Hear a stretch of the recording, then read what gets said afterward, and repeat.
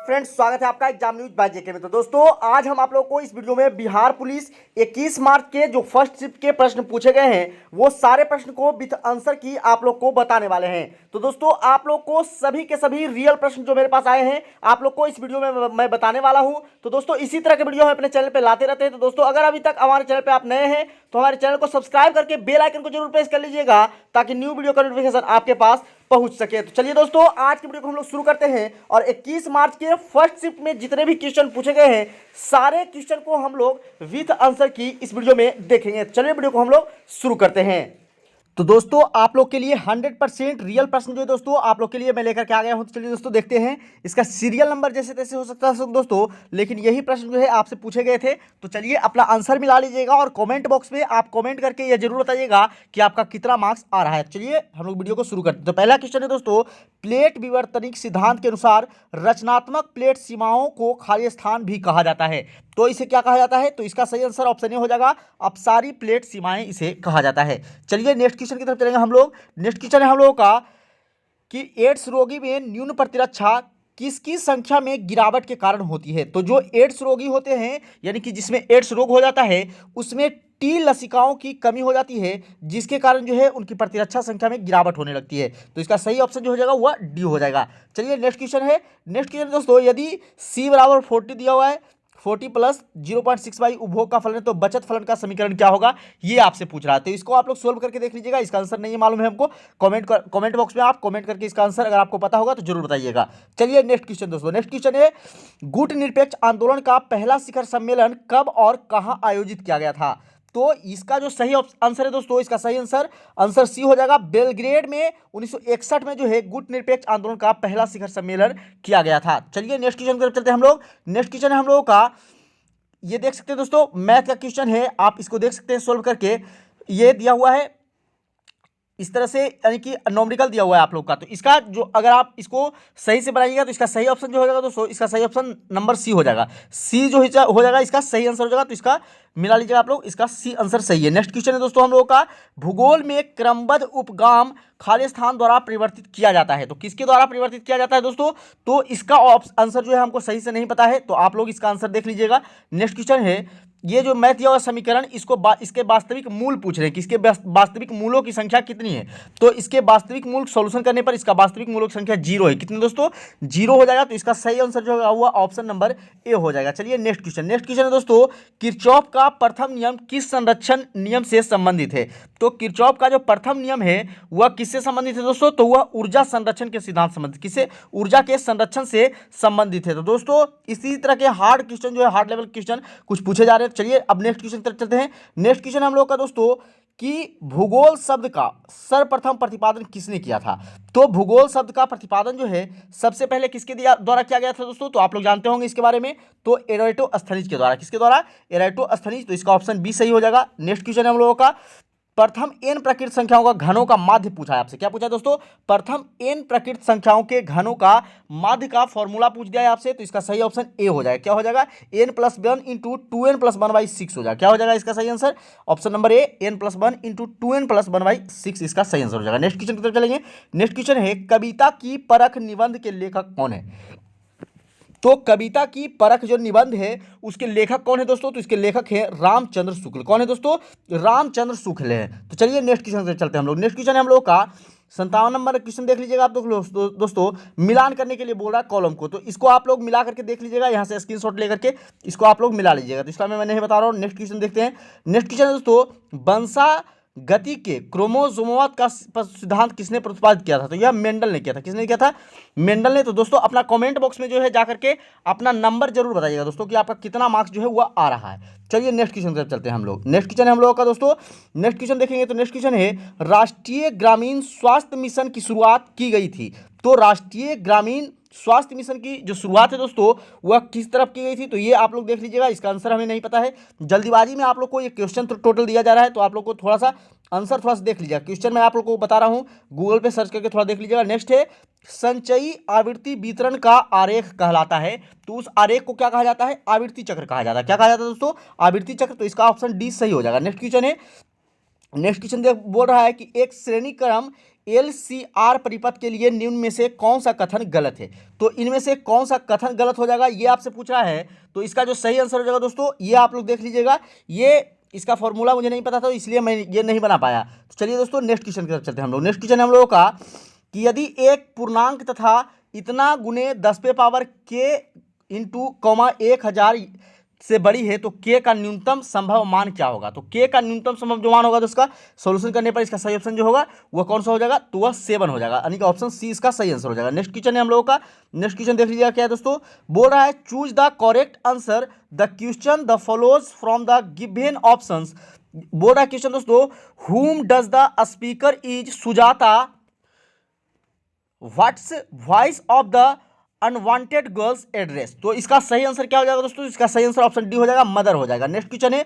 Next question बोल रहा है कि निम्न में से प्रमुख बहुलवादी कौन है। तो देख सकते हैं इंग्लिश में बोल रहा है among the following the major pluralist पूछ रहा है आपसे, यानी कि निम्न में से बहुलवादी पूछ रहा है। तो इसका सही आंसर क्या हो जाएगा दोस्तों, तो इसका सही आंसर हमें नहीं पता है, तो इसको देख लीजिएगा। बहुत हार्ड लेवल का क्वेश्चन जो है दोस्तों पूछा जा रहा है, लेकिन बहुत सारे जो स्टूडेंट है वह लेकर के चले जा रहे हैं अंदर, तो उसके लिए तो बस नॉर्मल हो जा रहा है क्वेश्चन। लेकिन क्वेश्चन का अगर लेवल देखा जाए हकीकत में तो लेवल बहुत ही टफ लेवल का क्वेश्चन जो है पूछा जा रहा है, इसमें कोई दूर राय नहीं, आप भी देख सकते हैं। नेक्स्ट क्वेश्चन है उत्तरी स्वप्न परी हरि क्रांति किस विधा की रचना है।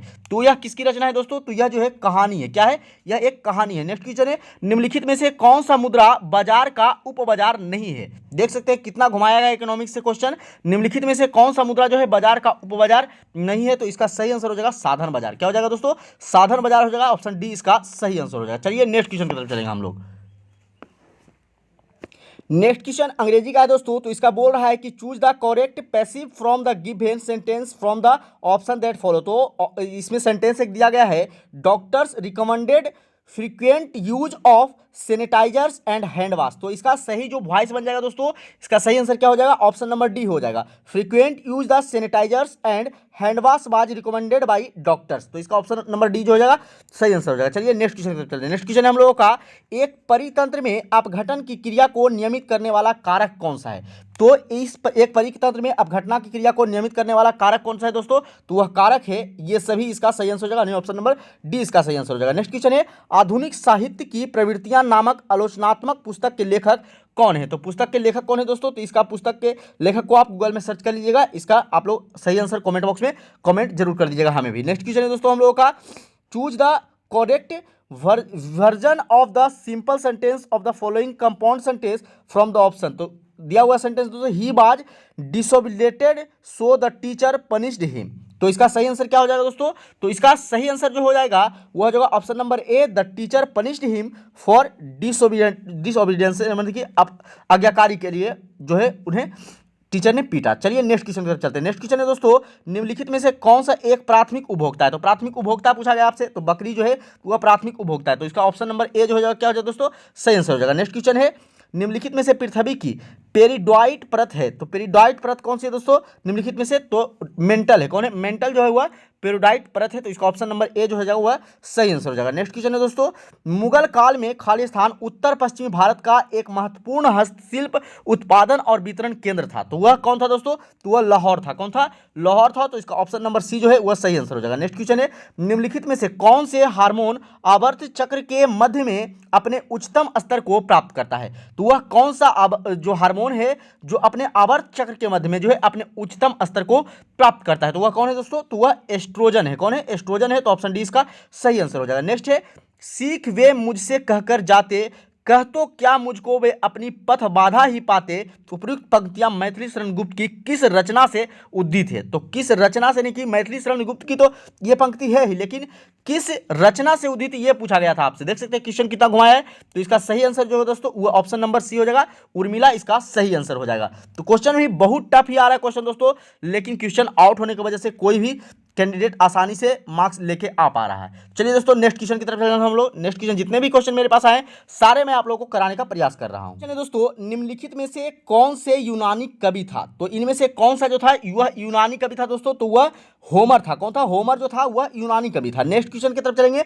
नेक्स्ट क्वेश्चन है हम लोगों का कि निम्न में से कौन सा मूल अधिकार आपातकाल के समय भी निलंबित नहीं हो सकता है। यानी कि इनमें से कौन सा मूल अधिकार जो है वह आपातकाल के समय भी निलंबित नहीं होता है। तो तो वह है जीवन की सुरक्षा का अधिकार। जीवन के सुरक्षा का अधिकार जो मौलिक अधिकार दिया हुआ है, यह आपातकाल के समय भी निलंबन यानी कि रद्द नहीं किया जाता है।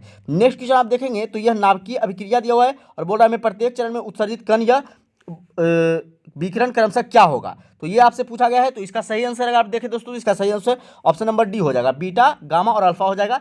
तो इसको आप मिला लीजिएगा। नेक्स्ट क्वेश्चन की तरफ चलेंगे हम लोग। नेक्स्ट क्वेश्चन है दोस्तों, केंद्र सूची के विषयों के संदर्भ में सर्वोच्च न्यायालय के क्षेत्राधिकार एवं शक्तियों को कौन विस्तृत कर सकता है? तो कौन विस्तृत कर सकता है इनमें से दोस्तों? तो संसद विस्तृत कर सकता है। कौन विस्तृत कर सकता है? संसद जो है वो इसे विस्तृत कर सकता है। चलिए नेक्स्ट क्वेश्चन की तरफ चलेंगे। नेक्स्ट क्वेश्चन है हम लोगों का दोस्तों कि निम्न में से किस यूरोपीय जाति को इंडोनेशिया में प्रभुत्व जमाने से में सफलता मिली थी? तो किसे मिली थी सफलता दोस्तों? तो पुर्तगालियों को मिली थी। किसे मिली थी? पुर्तगालियों को। तो ऑप्शन सी सही हो जाएगा। नेक्स्ट क्वेश्चन है, बोल रहा है अर्थशास्त्र में उत्पादन का इष्टतम स्तर वहां है जहां, तो जहां क्या हो जाएगा दोस्तों? इसका ऑप्शन नंबर डी हो जाएगा, एलएसी न्यूनतम हो तथा एलएसी बराबर एलएमसी हो। तो इसका ऑप्शन नंबर डी जो हो जाएगा वह सही आंसर हो जाएगा। चलिए नेक्स्ट क्वेश्चन की तरफ चलते हैं। नेक्स्ट क्वेश्चन है 19,000 प्लस 19 सैकड़े प्लस 19 इकाइयां बराबर कितना होगा? तो इसको जोड़ने पर जो है दोस्तों सही ऑप्शन जो हो जाएगा इसका आंसर नंबर डी जो है वह सही आंसर हो जाएगा, 20,919 हो जाएगा। क्या हो जाएगा?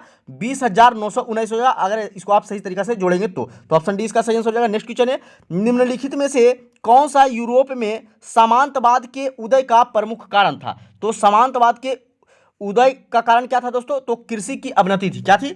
कृषि की अवनति थी। तो इसे आप देख लीजिएगा। चलिए नेक्स्ट क्वेश्चन की तरफ चलते हैं। नेक्स्ट क्वेश्चन है दोस्तों हम लोगों का, सामान्यतः सर्वाधिक उपयोग में लिया जाने वाला बायोरिएक्टर कौन है? तो बायोरिएक्टर सबसे ज्यादा उपयोग में कौन लिया जाता है? बिलोडित हौज बायोरिएक्टर लिया जाता है। कौन सा? तो ऑप्शन बी इसका जो हो जाएगा वो क्या हो जाएगा दोस्तों? सही आंसर हो जाएगा। चलिए नेक्स्ट क्वेश्चन की तरफ चलते हैं। नेक्स्ट क्वेश्चन हम लोगों का, नेक्स्ट क्वेश्चन बोल रहा है कि choose the correct translation of the given sentence from the option that follow. तो ये इंग्लिश वर्ड दे दिया है, इसका आपको ट्रांसलेशन चुनने के लिए बोल रहा है कि क्या इसका हिंदी मीनिंग सही होगा। तो बोल रहा है इंग्लिश में दोस्तों, before entering the room please wash your hands. तो इसका सही आंसर क्या हो जाएगा दोस्तों? तो सही आंसर इसका ऑप्शन सी हो जाएगा, कक्ष में प्रवेश करने से पूर्व हाथ धोएं। तो इसका सही आंसर ऑप्शन सी हो जाएगा। नेक्स्ट क्वेश्चन है, एक अल्फा कण व एक प्रोटॉन की गतिज ऊर्जा समान है, उनकी तरंगदैर्ध्य का अनुपात क्या होगा? तो उनकी तरंगदैर्ध्य का अनुपात क्या हो जाएगा दोस्तों? 1:2 हो जाएगा। तो ऑप्शन बी जो हो जाएगा इसका सही आंसर हो जाएगा। नेक्स्ट क्वेश्चन चलेंगे हम लोग। नेक्स्ट क्वेश्चन हम लोग का, किस संवैधानिक संशोधन ने अनुच्छेद 14, 19 और 31 के तहत प्रदत्त मूल अधिकारों पर नीति निर्देशक तत्वों को कानूनी वरीयता प्रदान की है? तो इसका सही आंसर क्या हो जाएगा दोस्तों? तो इसका सही आंसर ऑप्शन नंबर सी हो जाएगा, वह है 42वां संविधान संशोधन। कौन सा? 42वां संविधान संशोधन। चलिए नेक्स्ट क्वेश्चन की तरफ चलते हैं। नेक्स्ट क्वेश्चन है दोस्तों हम लोगों का, निम्नलिखित में से किसमें अधिकतम संख्या में अनियमित इलेक्ट्रॉन है? तो किसमें जो है अनियमित इलेक्ट्रॉन सबसे ज़्यादा पाए जाते हैं? तो ऑप्शन नंबर सी Fe2+ में, Fe2+ में सबसे ज़्यादा पाए जाते हैं। नेक्स्ट क्वेश्चन की तरफ। नेक्स्ट क्वेश्चन है, उलूंग चाय कौन से देश में उत्पादित की जाती है? तो उलूंग चाय जो है दोस्तों वह कौन से देश में उत्पादित की जाती है? तो वह जो उत्पादित की जाती है ताइवान में। कहाँ? ताइवान में उत्पादित किया जाता है। नेक्स्ट है, रामधारी सिंह दिनकर को ज्ञानपीठ पुरस्कार उनको किस रचना पर मिली थी? तो किस रचना पर मिली थी दोस्तों? तो उनको उर्वशी रचना के लिए उन्हें ज्ञानपीठ पुरस्कार जो है दिया गया था रामधारी सिंह दिनकर को। चलिए नेक्स्ट क्वेश्चन और लास्ट क्वेश्चन 100वां क्वेश्चन देख लेते हैं।